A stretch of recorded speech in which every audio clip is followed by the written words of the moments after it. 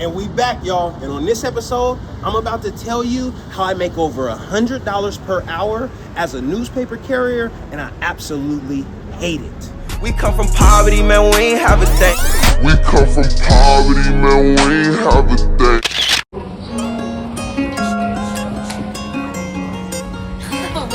My brothers got the sound, we be rocking and rolling. Whew.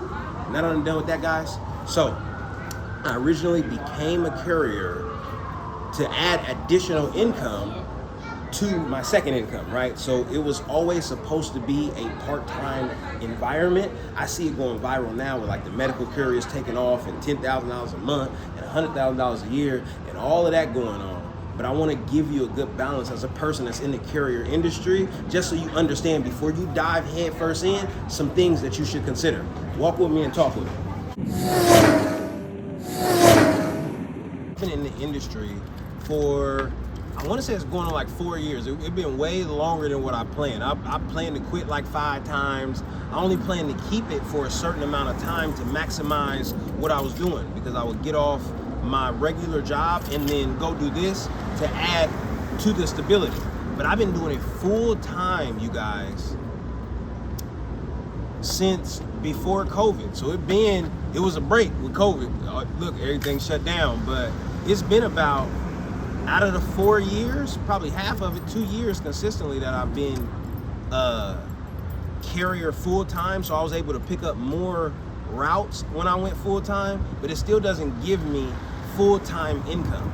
So that's one of the problems, but that's also one of the blessings. I appreciate the fact that I don't get full-time income, because then it would encourage me to stay stagnant and stay consistent in an environment that doesn't push me, in an environment that doesn't let me reach for my higher goals and dreams. It leaves me stagnant, because right now, that's how I feel.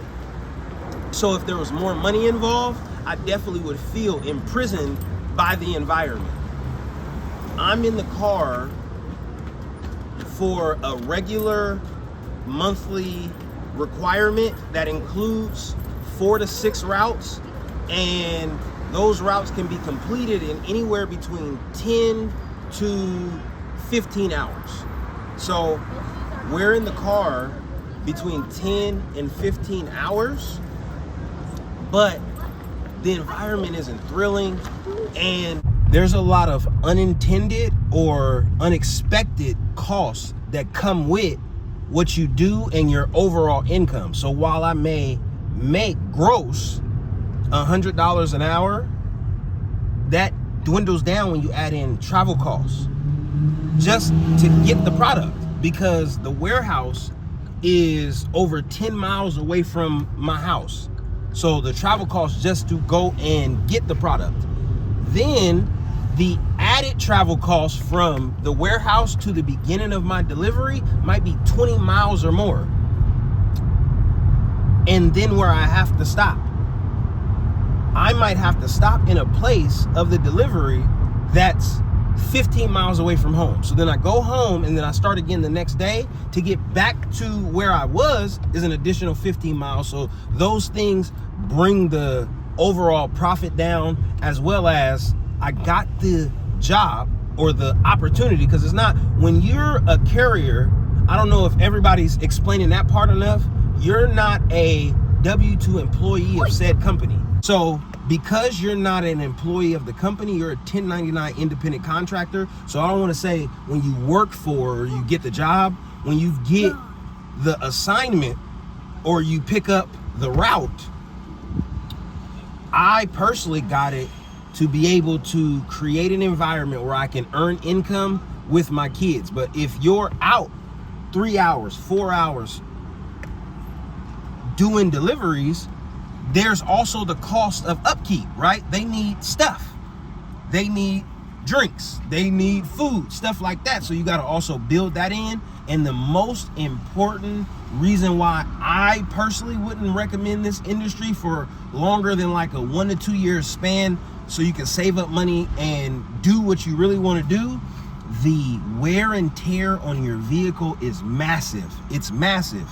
If you have a car the amount of miles that you're going to put on the car that you just bought, or your family car, or whatever the situation is going to be high as hell.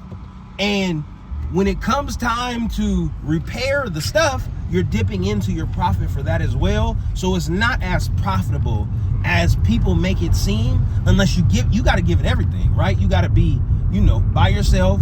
You got to be picking up routes, working 10 hours a day, but then you're making the money. But what is the wear and tear that's happening to you?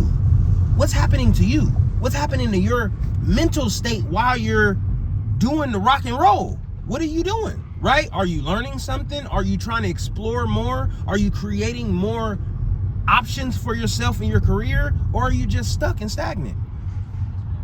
And what is happening to your health? If you sit in this position for 8 hours a day, let's just say you sit in this position for 8 hours a day, every day, to make your dreams become a reality, and you do it, right? But just think about what that does to your leg circulation. Just think about what that does to your leg circulation and how the blood circulates through your body, right? Think about what that does to the fact that oftentimes you spend that amount of time trying to get the money in the car, then you're also eating your meals in the car. Your meals don't even properly have the process to digest in your system to create healthy habits. You gonna be big as hell in that car. I guarantee the more time you spend in the car, the more time you spend as a carrier, you're gonna start gaining weight. At least that's what happened to me. So with all of that being said, before you get into the courier industry, come in with a plan, right?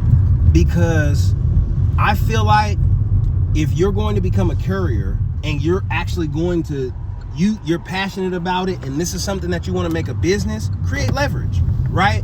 Become a courier, figure out the ins and outs of it for like 1 or 2 years, and then create leverage. Get a couple other cars and have a courier business to where you don't always have to work in the business. You allow you some time, some space, and some opportunity so you can work on the business. Because if you have other people delivering for you and you have 10 routes going out per day instead of just one, you can maximize what this industry has to offer. But if you're the Uber person and the DoorDash person and the medical courier person and the Amazon courier person and all of these people, right, this is what you're doing to make your living every day. And if this is what you're doing to make your living every day, you will look up and it will have been years and you will have accomplished nothing. All of your dreams, all of your passions, all of the things that you have inside of you that you want to do, you got to make those become a reality. So you got to use your car, something that you have that's traditionally a liability. Use your car, turn it into an asset, have it start helping you earn money through the courier industry. Use that money to get out of the courier industry, because in my mind, in my personal opinion, being a courier is like being in a dope game. If you stay in too long, you will never survive. You'll never survive over the long haul, because the rewards and the costs are too closely matched. They're too closely matched. Even if your financial reward is great, the cost on your physical and mental capacity is going to also be great. And with that being said, guys, I am transitioning into something different. I'm gonna bring you guys along for the ride with me. And Kenny vs. Poverty out, baby. See y'all on the next one.